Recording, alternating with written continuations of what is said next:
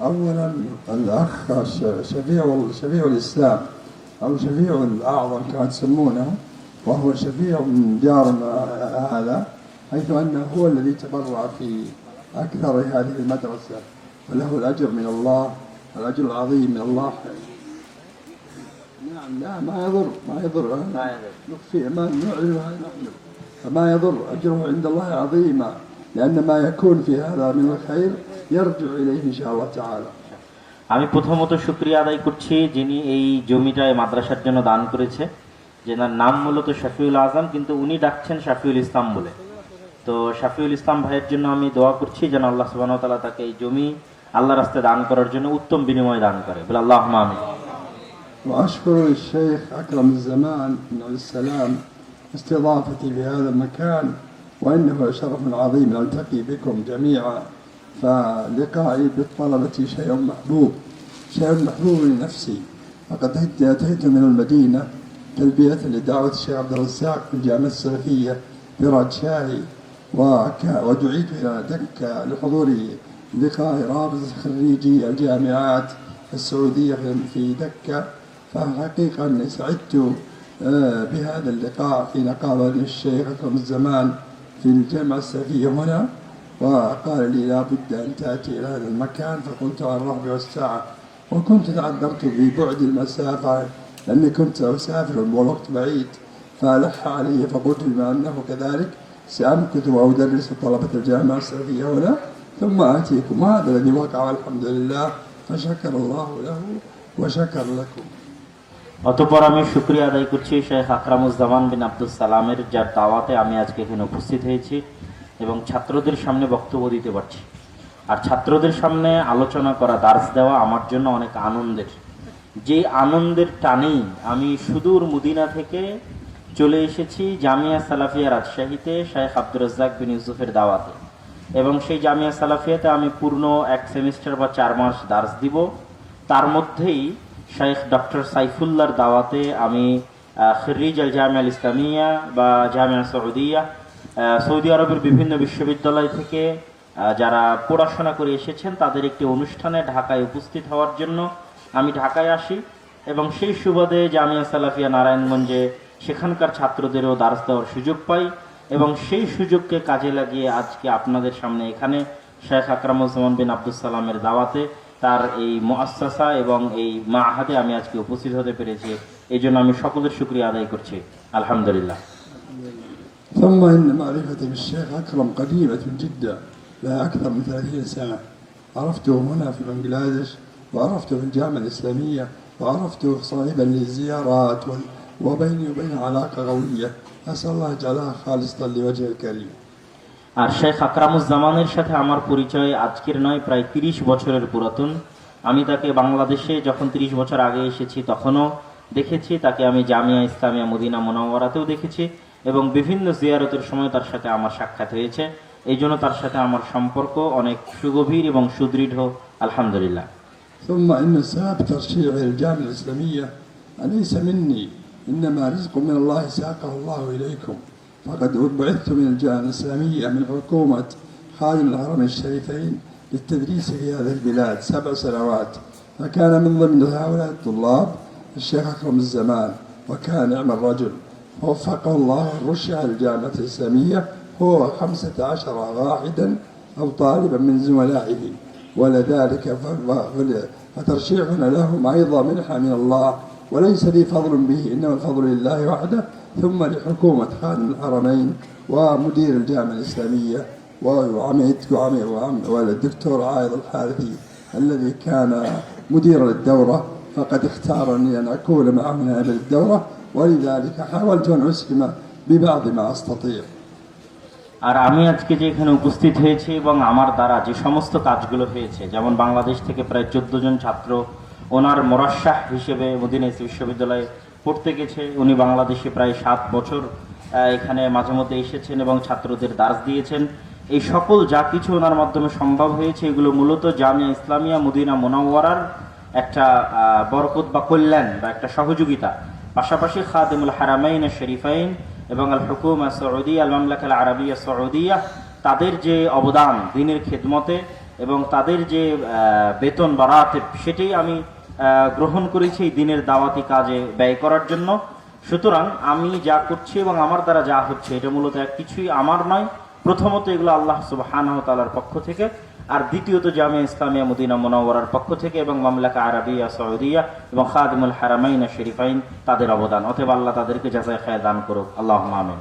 وأحب أن أوصيكم بعدة وصايا نظرا لكون المطر ينزل فلا أحب أن أطيل عليكم. أولا أوصيكم بتقوى الله عز وجل، فتقوى الله التجارة الرابحة والمغنم الكبير لمن حافظ عليها. تقوى الله واجتناب أوامر الله واتباع أوامر الله واجتناب نواهيه، فأطيعوا الله واجتنبوا نواهيه. أنتم الشباب عدة المستقبل ومن تفتخروا بكم الأمم، فحافظوا على شبابكم واستغلوا شبابكم في طلب العلم. ونشكر أيضا الشيخ أن أتى بكم بهذا المكان حيث وفر لكم كل شيء. أنتم في نعمة عظيمة في منطقة كلها مباركة، الأرض مباركة والأجواء مباركة والأساتذة مباركون والشيخ مبارك، فأحمد الله على هذه النعمة ابتعت لكم، عسى الله يوفقكم لكل خير. আর বৃষ্টির কারণে আমি আমার কথা লম্বা করতে চাচ্ছি না। আমি আপনাদের সংক্ষিপ্ত সময়ে যে ওসিয়ত বা নাসিহা করতে চাচ্ছি তার প্রথমটা হচ্ছে উসিকুম বিতাকওয়াল্লাহ। আমি সর্বপ্রথম আপনাদেরকে উপদেশ দিচ্ছি আল্লাহকে ভয় করার বিষয়ে। উনি ছাত্রদের উদ্দেশ্য করে বলছে, তোমরা যারা ছাত্র আছো তাদেরকে উদ্দেশ্য করে বলছে যে তোমরা আল্লাহ সুবহানাহু ওয়া তাআলাকে ভয় করবে, আল্লাহর অনুসরণ করবে, নবীর সুন্নাতের অনুসরণ করবে। আর তোমাদেরকে যে শেখ আকরামুজ্জামান এই জায়গায় একত্রিত করেছে, তোমাদের জন্য সকল কিছুর ব্যবস্থাপনা করেছে, থাকা এবং খাওয়ার, এটা আল্লাহর পক্ষ থেকে অনেক বড় নেয়ামত। তোমরা নিরাপদ এবং বরকতময় শহরে আছো, নিরাপদ এবং বরকতময় দেশে আছো, এখানের আশেপাশের সবকিছু নিরাপদ এবং বরকতময়। অতএব এই নেয়ামতকে তোমরা মূল্যায়ন করবে। এই নেয়ামত যেন তোমাদের হাত থেকে ছুটে না যায় সেই হিসেবে এটাকে মূল্যায়ন করবে। আর উনি যুবকদের লক্ষ্য করে বলেন, তোমাদের ছাত্রদের, যে তোমরা এই তোমাদের যৌবনকালকে কাজে লাগিয়ে জ্ঞানার্জনের জন্য সময় দিবে। তোমাদের এই যৌবনের সংরক্ষণ করার চেষ্টা করবে যেন সময়ের অপচয় এবং নষ্ট না হয়। وأوصيكم بالحرص على طلب العلم، وأعلم أنكم حريصون على طلب العلم، لكن طلب العلم يحتاج إلى جد واجتهاد. دعوا اللعب، لا تلعبون كثيرا، حاولوا أن تستغلوا أوقاتكم، تكثرون من قراءة القرآن، تكثرون من حفظ السنة، تكثرون من طلب العلم، تعلموا العربية. وهنا أود أن أنبه، وهنا الحقيقة أعجبني هذين الطالبين الذين يتحاورون بينهما، فالمحاورة مفيدة لأنها تثبت العلم، وكذلك خطبة الطالب أيضا خطبة جيدة قيمة. فبودي أن يكون منكم خطباء، وأعلم إن شاء الله سيكون منكم خطباء، لكن أقول استغلوا أوقاتكم وحاولوا أن تستثمروا هذه الأوقات في طلب العلم، وخاصة اللغة العربية يا إخوان. ضعوا لكم مجموعات، كل طالب يختار 4 طلاب، يقول نتعاهد لا نتكلم في الفصل أو في الجامع إلا باللغة العربية، فيتحدثون باللغة العربية، يختارون 4 كلمات أو 5 كلمات ثم يترجمونها ويلتزمونها باللغة العربية حتى يتدربوا على هذه الكلمات، مثل قل، تعال، أقبل، انظر، تعال يا فلان. هذه الكلمة استخدموها، عند ذلك تفهموا اللغة العربية إن شاء الله تعالى وتنطلق ألسنتكم بها. আর আমি তোমাদেরকে দ্বিতীয় যে উপদেশ এবং নসিহতটা দিচ্ছি সেটা হচ্ছে জ্ঞানার্জনের প্রতি তোমাদের আগ্রহ এবং তোমাদের উৎসাহ এবং উদ্দীপনা বাড়ানোর জন্য, এবং তোমাদের যে সময় আছে এই সময়কে কাজে লাগানোর জন্য। যেন তোমরা তোমাদের সময়কে কাজে লাগিয়ে জ্ঞানার্জনের পিছনে তোমাদের সময়কে ব্যয় করতে পারো এবং তোমাদের সময় যেন নষ্ট না হয়। আর বিশেষভাবে তোমাদেরকে আরও নসিহা করছি আরবি ভাষা শিক্ষার জন্য। তোমরা আরবি ভাষা শিক্ষার জন্য দরকার হয় একটা মজমুআ, ছাত্রদের বিভিন্ন গ্রুপ করবে এবং সেই এক গ্রুপ আর এক গ্রুপের সাথে কথোপকথন করবে। যেমন তাআল, উনজুর, এই রকমের যে বিভিন্ন বাক্যগুলো আছে, কুল, এগুলো বিভিন্ন 4-5টা শব্দ এবং বাক্য নির্ধারণ করে নিয়ে তোমরা তোমাদের মধ্যে প্রচুর পরিমাণে সেই বাক্যগুলো চর্চা করার চেষ্টা করবে। আর এখানে যে ছোট বাচ্চা 2টি কথোপকথন করলো এবং যারা বক্তব্য দিল তাদের এই বক্তব্য আমাকে খুবই ভালো লেগেছে এবং তাদের কথোপকথনও আমাকে খুবই ভালো লেগেছে। অতএব আমি যেন চাই তোমাদের মধ্যে থেকে ভবিষ্যতের দায়ী, ভবিষ্যতের বক্তা এবং ভবিষ্যতের আলেম যেন বের হয়ে আসে, সেই লক্ষ্য উদ্দেশ্য নিয়ে তোমরা তোমাদের সময়কে কাজে লাগাবে। وذلك أوصيكم بالإخلاص في طلب العلم. الإخلاص أن تجعل عملك خالصا لوجه الكريم، فلا ترائي به الناس ولا ترائي به العلماء ولا ترائي به المجادلين، إنما اجعل عملك ودعوتك لله وحده، فمن يتق الله يجعل له مخرجا ويرزقه من حيث لا يحتسب. আর আমি তোমাদেরকে আরো একটি বিষয়ে ওসিয়ত করছি, নসিহা করছি, যে তোমরা ইখলাস, আল্লাহ সুবহানাহু ওয়া তাআলার সন্তুষ্টির জন্য কাজ করবে। তর্ক বিতর্ক করার জন্য নয়, মানুষকে পরাজিত করার জন্য নয়, লোক দেখানোর জন্য নয়, বিখ্যাত হওয়ার জন্য, খ্যাতি অর্জন শোহরার জন্য নয়, বরং একমাত্র আল্লাহর সন্তুষ্টির জন্য, আল্লাহকে রাজি ও খুশি করার জন্য তোমরা জ্ঞান অর্জন করবে এবং সেই জ্ঞানকে মানুষের মধ্যে ছড়িয়ে দিবে। وأوصيكم أيضا بأن يضع أحدكم ورقة وقلما في جيبه فيسجل أي كلمة يسمعها جديدة، يسجلها في دفتره، لأنه هو الذي تبقى. أما الذاكرة تبقى فيه، لكن قد ينسى الإنسان أو قد يمرض ويفقد بعض الكلمات، لكن الشيء المكتوب هو الذي يبقى الإنسان. وقد قال الشاعر: العلم صيد والكتابة قيده، قيد صيودك بالحبال الواثقة. وقد شبه الشاعر العلم بالصيد، والصيد لا يمسك، إذا مسك لابد أن يربط حتى لا يهرب. عند ذلك العلم يشبه هذا، فينبغي أن يقيد بالكتابة. فاحرصوا أن تضعوا بين أيديكم قلاما ودفاتر تسجلون فيها. আর তোমাদেরকে আরেকটা বিষয় আমি পরামর্শ দিব, যে তোমাদের হাতে যেন সবসময় কলম এবং খাতা থাকে। ছাত্রদেরকে বলতেছেন কলম এবং খাতা, এবং তোমরা যখনই কোনো নতুন লফজ, নতুন শব্দ, নতুন বাক্য, নতুন জ্ঞান কিছু শিখবে, সেটাকে সাথে সাথে তোমাদের খাতায় লিখে নিবে।